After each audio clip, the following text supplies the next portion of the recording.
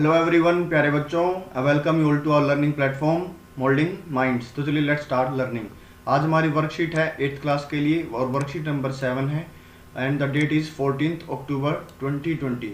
Your subject is English. यहाँ अपना नाम लिखेंगे, यहाँ अपने क्लास टीचर का नाम आप लिखेंगे। तो चलिए स्टार्ट करते हैं आज की वर्कशीट। आज की वर्कशीट हमारे पार्ट 3 है जो कि लेसन नंबर 2 से लिया गया है, सुनामी। और अगर आपने इससे पहले जो पार्ट 2 की वीडियो नहीं देखी है तो ऊपर दिए गए बटन पर आप क्लिक करके उस वीडियो को देख सकते हैं।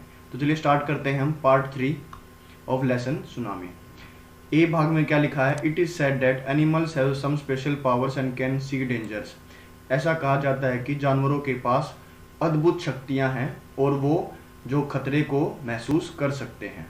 Let us read about animal behaviour. जानवरों के जो व्यवहार के बारे में चलिए पढ़ते हैं। फर्स्ट में यहाँ पर क्या लिखा है? Animals become restless before earthquakes. जब भूकंप आने से पहले जानवर हैं वो बेचैन हो जाते हैं। रेस्टलेस माने बेचैन होना, बेचैन हो जाते हैं। वो सेंस कर लेते हैं कि कुछ ना कुछ होने वाला है। Dogs can sense when their owners are coming home. Dogs sense कर लेते हैं, डॉग्स को पता लग जाता है जब उनके मालिक घर पर आते हैं। Birds fly thousands of kilometres to migrate. Migrate का मतलब होता है एक जगह से दूसरी जगह जाकर बस जाना।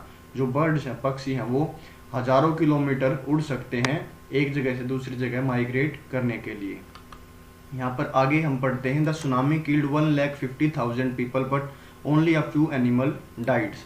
और जो ये सुनामी आई थी इससे 1,50,000 लोग मारे गए, लेकिन चंद ही एनिमल्स, कुछ जानवर ही इससे मरे, क्योंकि उन्हें वो सेंस कर लेते हैं कि ऐसा अगर खतरा आने वाला है तो।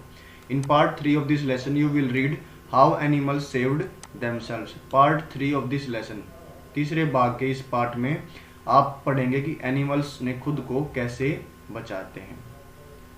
पढ़ते हैं यहाँ पर आप पेज नंबर 29 का जो हनी ड्यू बुक है आपकी, उससे ये स्टार्ट हो जाता है पार्ट नंबर 3।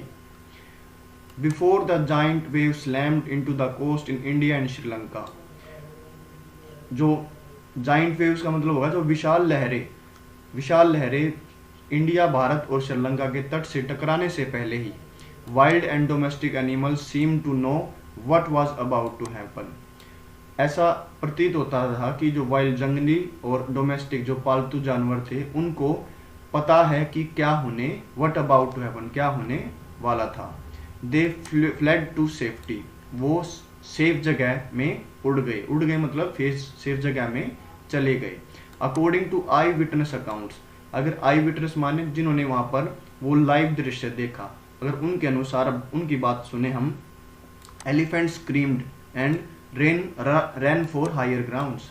जो एनिमल्स थे, स्क्रीम्ड माने चिल्ला रहे थे, धाड़ रहे थे, और वो हायर ग्राउंड्स, ऊंचे जो मैदान था उनकी तरफ दौड़ रहे थे, क्योंकि उनको पता है कि अगर जो लो लेवल्स पर, अगर समुद्र के किनारे पर रहे तो वो मारे जा सकते हैं। Dogs refuse to go outdoors. Refuse माने मना करना, डॉगों ने, आउटडोर माने बाहर, जो कुत्ते थे वो बाहर जाने के लिए मना कर रहे थे। Flamingos abandoned their low lying breeding areas. Flamingos क्या होते हैं? राजहंस होते हैं। ये देखिए, ये पिक्चर है फ्लेमिंगोज की। फ्लेमिंगोज अबेंडेंड माने नकारना या मना कर देना। अबेंडन माने नकारना या छोड़ देना। कि अबेंडन का क्या मतलब हुआ? छोड़ देना। कि लो लाइंग ब्रीडिंग एरियाज मतलब जहां पर वो प्रजनन करते थे, उन्होंने, राजहंसों ने वो एरिया, वो जगह छोड़ दी। And zoo animals rushed into their shelters and could not be enticed to come back out. और जो जू एनिमल्स थे वो अपने शेल्टर्स, अपने जो निवास स्थान थे उसकी तरफ भाग रहे थे। And could not be enticed माने आकर्षित होना, कि वो बाहर आने के लिए आकर्षित नहीं हो रहे थे। वो बिल्कुल अपने, जहाँ पर वो जैसे कोई पिंजरे में रह रहा था, जिस जगह पे रह रहा था वो भाग रहे थे वहां पर। Many peoples believe that animal possesses a sixth sense and know when the earth is going to shake. काफी लोग ये मानते हैं कि जो जानवरों के पास एक सिक्स्थ सेंस होती है और वो जान लेते हैं कि कब पृथ्वी हिलने वाली है। Some experts believe that animals more acute hearing helps them to hear or feel the earth's vibration।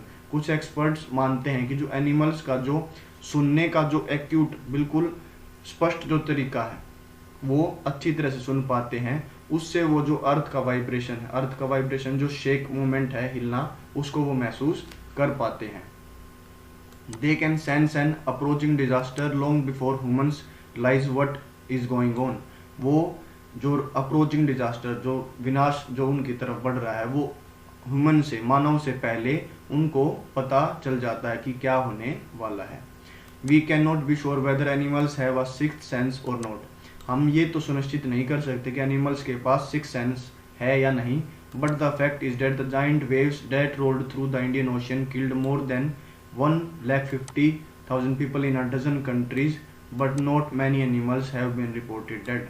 लेकिन ये एक फैक्ट है, तथ्य है कि जाइंट, जो विशाल जो लहरें थी, जो भारतीय इंडियन ओशन की तरफ रोल्ड आ रही थी, उसने 1,50,000 लोगों को 12 शहरों में, मतलब दर्जन शहरों में मारा है। लेकिन एनिमल्स का मरने की ज़्यादा रिपोर्ट नहीं बताई गई है कि एनिमल्स काफ़ी नहीं मरे हैं, जो पीपल्स थे वो ज़्यादा मरे हैं। तो ये उनके एनिमल्स क्यों बच गए? क्योंकि उनको पहले ही सेंस, वो पहले ही महसूस कर लेते हैं। आइए हम एक्सरसाइज करते हैं। आफ्टर रीडिंग द पैसेज को पढ़ने के बाद right the animals reaction in the column below. जो एनिमल्स का, जानवरों का रिएक्शन था, उसको नीचे दिए गए कॉलम में लिखें। जैसे यहाँ पर लिखा रखा है, जू एनिमल्स का rushed into their shelters and could not be tempted to come out, कि वो अपने शेल्टर्स की तरफ भाग गए और टेम्प्ट माने आकर्षित नहीं हुए बाहर आने के लिए।